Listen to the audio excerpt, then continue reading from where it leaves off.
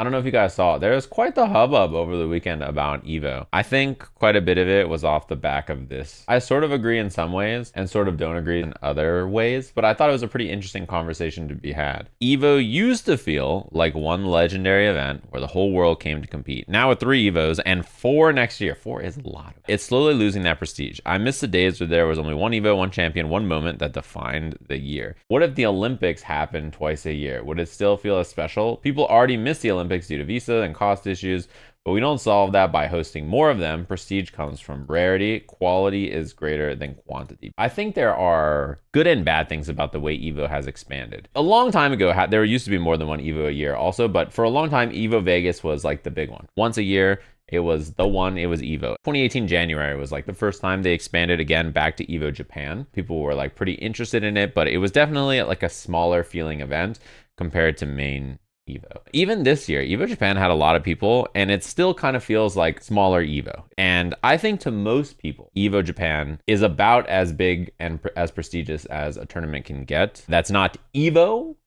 or your Games World Final. And that took some time though, because EVO Japan's been going since 2018. It's 2025 now. You know, there was some downtime because of COVID. Now, there's going to be EVO France for the first time this year. It's going to be in October. They also announced EVO Singapore, which would be in 2026, which is 4 EVO events in a year if we keep all of them. That's sort of where we are with EVO as a product. I think to his point, there is some feeling of losing its prestige. Being an EVO champion when it occurs once a year is a big deal. If you win an EVO, it's like, oh my God, you are the EVO champion. But when there's 4 EVOs a year, it sort of feels like, oh, like you're an EVO champion. Wow, that is crazy. Oh, there's a new EVO champion already. Bye, never heard of you. Like 2 months later, 3 months later, there's already another EVO champion. Someone like Justin who has like 9 EVO wins or whatever. In the modern era, like if there's 4 EVOs a year, Nee has 4 EVO titles, he could have 8 a year from now. Pretty difficult to do, but he could just crank out 6 EVO wins and suddenly he's past Justin. And it's like, well, Justin used to do it when there was an EVO a year. So that's domination over like a longer period of time. Prestigious in its own way, that's different. And I think most people would agree that that maybe feels a little, oh, you got like 6 EVO wins, but like 2 of them are EVO Japan, so like, or do they count as much? And the other thing about expanding to this many EVOs that's maybe a downside is like, it feels like a bit of a squeeze. Especially, I think EVO France really feels this way. For those of you who don't know, the mix-up just happened in France. It was a pretty big tournament. It was an EWC qualifier. It was a large tournament. UFA is happening in France. It's the biggest tournament in EU generally. Right? What up? Hi. A month after that is EVO France, which is going to be like the new biggest tournament in EU. So like where it lands in the calendar year, there are 3 large French majors in like 4 months. The timing could be better. We sort of have this problem in the sense that like Combo Breaker and CEO and EVO back to back to back in the summer, but they're not like all in France. Like I am further from Florida than a lot of you is from France. Like if you're in the UK, France is like as close to me as, what is the comparison? Like to Vegas. Kind of wish it was in a different place. Then it would like be another part of Europe for people to check out. But also I think it's likely that the French organizers are the most prepared and the most well-equipped to run this event, right? That's my guess. So I just wish it was on like a slightly different time of the year so that we had like a little bit more break between that and UFA. Because UFA is sick. EVO France is probably going to be sick. I wish there was like a slightly bigger gap between them so that it made more sense for people to travel to them. I would guess that EVO might not even be making money on their other events. It might just be like their attempt to build equity. I'd be surprised if these events are like super profitable. COVID really killed a lot of events. There's like not a lot of events remaining that are large open bracket events to this level in places around the world. For that reason, I really wish that one of the EVOs was in like South America or something, you know? I think having it in places where like they couldn't run a tournament to this size and attract people from outside of the region would be really cool. So yeah, these are some of the downsides, but I think there's a lot of upsides. He mentions EVO used to feel like one legendary event where the whole world came together to compete, and he wishes there was only 1 EVO, 1 champion, 1 moment. But most of us know who Arslan Ash is because he won EVO Japan, and everybody was like, oh my God, this guy's incredible. He just like appeared. And everybody's like, whoa, who's this? Like, what's going on here? And it was like such a big deal. Everybody was like so excited and so like, whoa, what's going on here? If EVO Japan didn't exist, like maybe he would have gone to EVO Vegas later that year and still also then won. And it would have been like, okay, this guy's awesome. Now we know about him. But EVO Japan put him on the map for most people. And like, it was such a huge moment. Pakistan versus Korea started happening and he went and won another EVO. And it was like, oh my God, back to...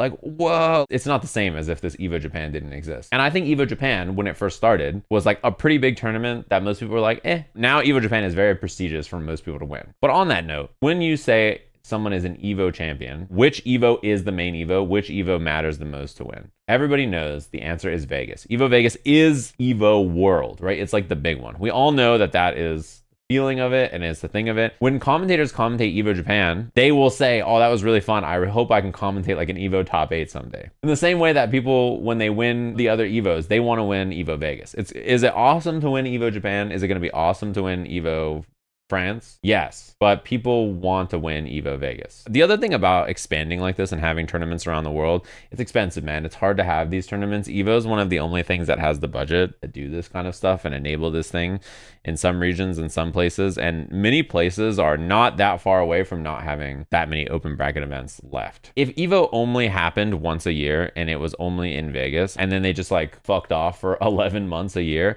I think that's probably not enough for the value that EVO is supposed to bring to the scene. Rather than seeing the multiple EVOs as like a dilution, it's more of like creating another big, large major in that location. You still think about EVO Vegas as the big one. And so even if there's a dilution of the EVO champion title, you're winning a massive tournament, right? Maybe it's not the biggest tournament in the year. Maybe it's not the second biggest because your world finals is more prestigious to you or something. But it's like going to be the third or fourth whatever biggest tournament of the year still. It's like a massive event that still matters to a lot of people, right? For most of these events, like EVO Japan, the vast majority of the attendees are Japanese. EVO Vegas, like the vast majority of the attendees are US. EVO France, guess where most of the people for that event are going to be? Like not only France, but Europe, right? It's going to be a primarily European attended event. If they do an EVO in an area, it's going to be like 85 or 90% of the attendees are from the region where the event is from. Although EVO is like it's like a global brand, really these events are like for the region that they're in more than anything else. They're more servicing that local scene and location than they are like an international audience. If we're worried about a world where there's 4 EVOs, 2 CEOs, and 3 combo breakers, like I think that sounds chill, first of all. But second of all, that won't happen. It's just not feasible. But there was 2 CEOs. There was CEO Taku and CEO, and like people,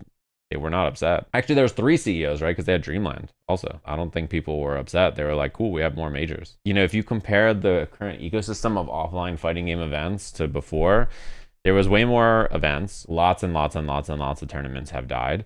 And there was way more international travel and like travel to these kinds of events from before anyway, generally, right? It's sort of just like playing some catch up. And I think EVO is the facilitator probably because they have the money to do it. I don't think EVO Vegas becomes less magical to me because EVO Japan exists or EVO France in that sense. I think that the way I look at it is that EVO Vegas is the main EVO. And the other EVOs are really big and still quite prestigious events in those regions. People are like, you just have bias that EVO Vegas is the big one. It's the first one. I don't fucking like Vegas at all, okay? Listen, if we could make the main EVO somewhere that's not Vegas, I'd be hyped, but it's like the one. Yeah, I mean, they could change EVO Vegas's name to EVO World or something. But I think in most people's mind, EVO Vegas already is the big one. I don't even know if renaming it is necessary, you know, because like I think people already know. There are both good and bad things about having more EVOs in one year.